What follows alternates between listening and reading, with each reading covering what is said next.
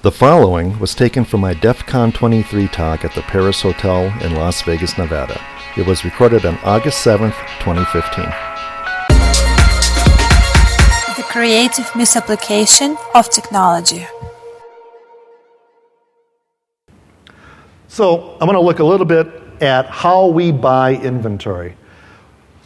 One of the things that I've learned in retail is that there's a market price for everything.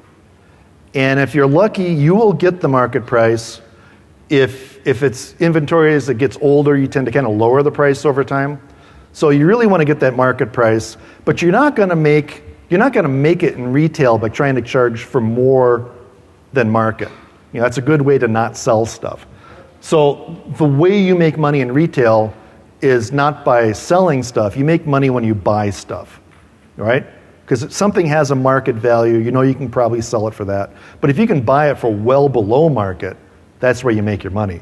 So procurement is really important for us. And there's a number of websites where we buy stuff too. And we sell on multiple websites, but there's one channel that's got like 80% of our business. It's the only true market that we really deal with. And then I refer to it as a true market because it's large enough. I mean, there's I don't know how many people sell on this market, but there's a lot of them. They're not eBay, but they're big, okay? And there's literally millions of products out there. So it's mature enough. There are enough professional sellers out there. There's enough market demand, supply and demand curve going on so that it is a true market. And if you want to know what the market value is for something, you go out and look in here. So what we do is we have bots, we have software that goes off and autonomously looks for things that we might want to buy, and it compares them to our main channel where we sell, and it looks for market prices, and it comes up with a little report like this for us. This would be really time consuming to develop on our own. Having software that does this is really nice. Basically what it does, it identifies the item, where it found it, what the price is, what the market price is. Anything with a margin of less than 300%, we really don't deal with. And then it tells us if we should buy it or ignore it, which is really cool. It's a real time saver for us. So the little buy thing, there's actually a link. If you click on it, it'll actually go off and show you where you can buy it. And it's, like I said, it's a real time saver. The next step would be to automate this so that we automatically buy our inventory and we don't have to think about it. Kind of like, was it 2 years ago, the bots that I wrote that bought cars? Over a 9-month period, we bought like $20 million worth of cars. Something like that.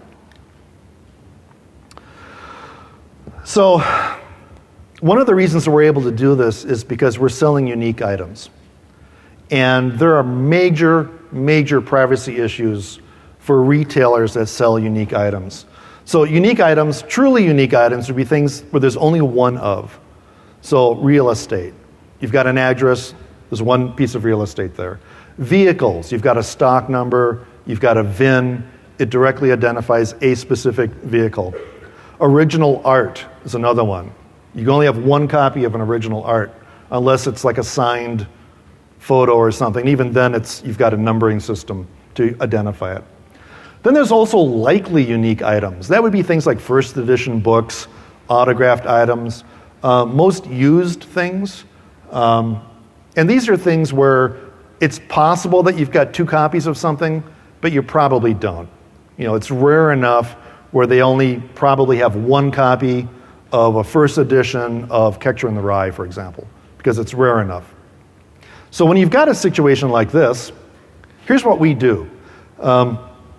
Remember that we were very new to this. We did not know this industry at all, but we wanted to learn. And what we did is we wrote software that automatically collected the entire inventory of what we considered to be our main competitors. And this channel actually made it really easy for us to do this because they actually list the top resellers on the channel. So we would look at all of their inventory, and we would do it again. And basically the delta, the difference between these two over maybe like a day or a week's time, would give us metadata that described what they sold and for how much, and also what didn't sell during that period. So this is how we learned about our competition. And we did this a lot.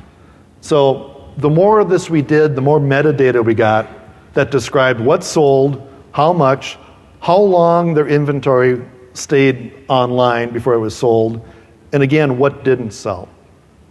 And the way we're able to do this is because you look at the inventory one day, you look at it another day. If something's missing here, you assume that it's sold for the last known price, right?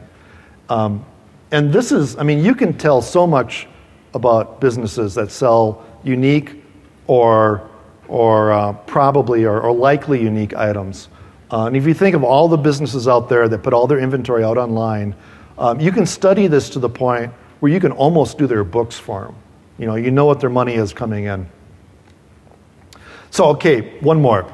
How do we protect our investments? Well, we have software that looks for situations like this. So if we're seller C and our price is $19.50 and we're competitive with sellers D and E that are selling for a little bit more of this, we have software that'll go out and it'll flag situations like this where people, for whatever reason, they're dumping stuff for below market value. So we have software that goes off and we immediately buy these things, okay? This is how we kind of pseudo manipulate our markets. So if we find things that are underpriced like that, we just buy them, they become our inventory, and we're protecting our investment. But again, we couldn't do this without intelligence. And like I said, I have to believe if we were just typical sellers, we would just kind of not be doing that well. You got to really know the business.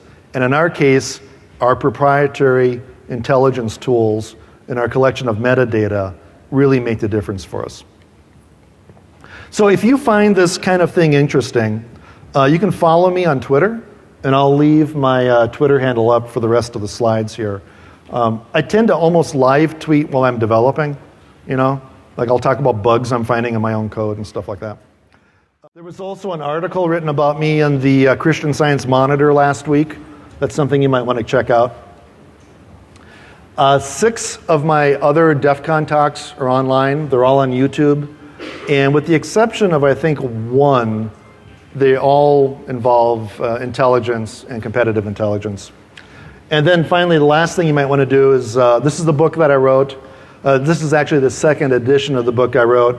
And right after this, I am heading over to the No Starch booth to do a book signing. If you just have a question, that'd be a great time to sit and talk. And I'd really love to see you there. So thank you very much. The creative misapplication of technology.